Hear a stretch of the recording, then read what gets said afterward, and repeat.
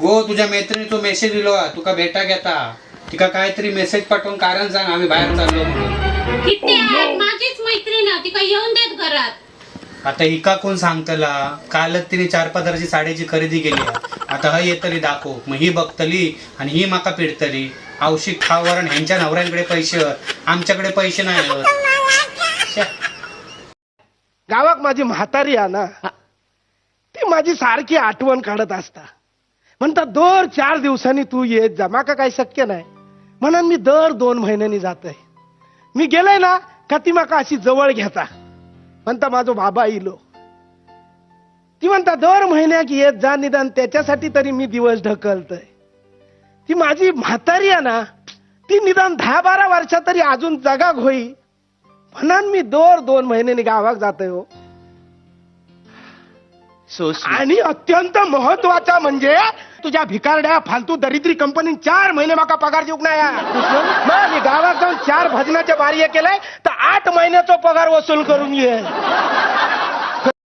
काय हो अमिताभ बच्चन ना दारू न पिता पण दारूची ऍक्टिंग किती भारी करता.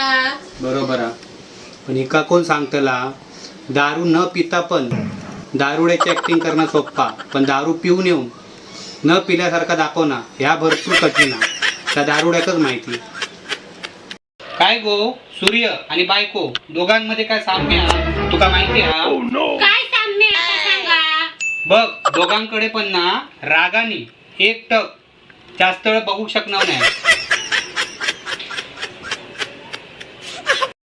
लग्नात कुवारे आणि अंत्ययात्रेत म्हातारे सगळ्यात जास्त का जातात याचं कारण तुका माहिती हा?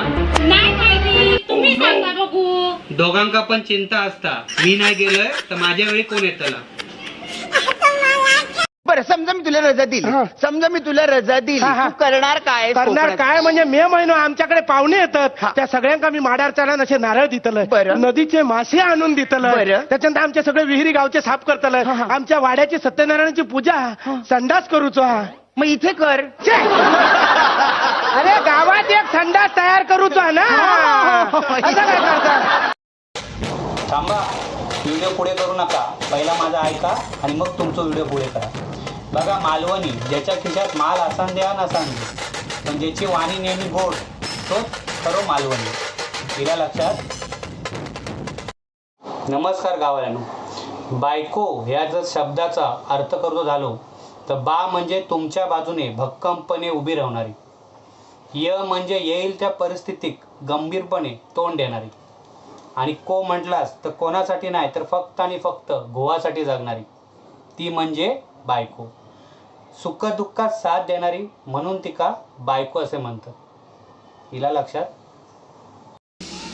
नमस्कार मित्रांनो, एक गोष्ट सगळ्यांका सांगतोय. फ्रीजमधला पाणी पिशात तर फ्रीजमध्ये बॉटल पूर्ण भरून परत तशाची ठेवा, कारण सध्या लॉकडाऊन चालू आहे. बायकांचा डोक्या जागेवर नाही हां.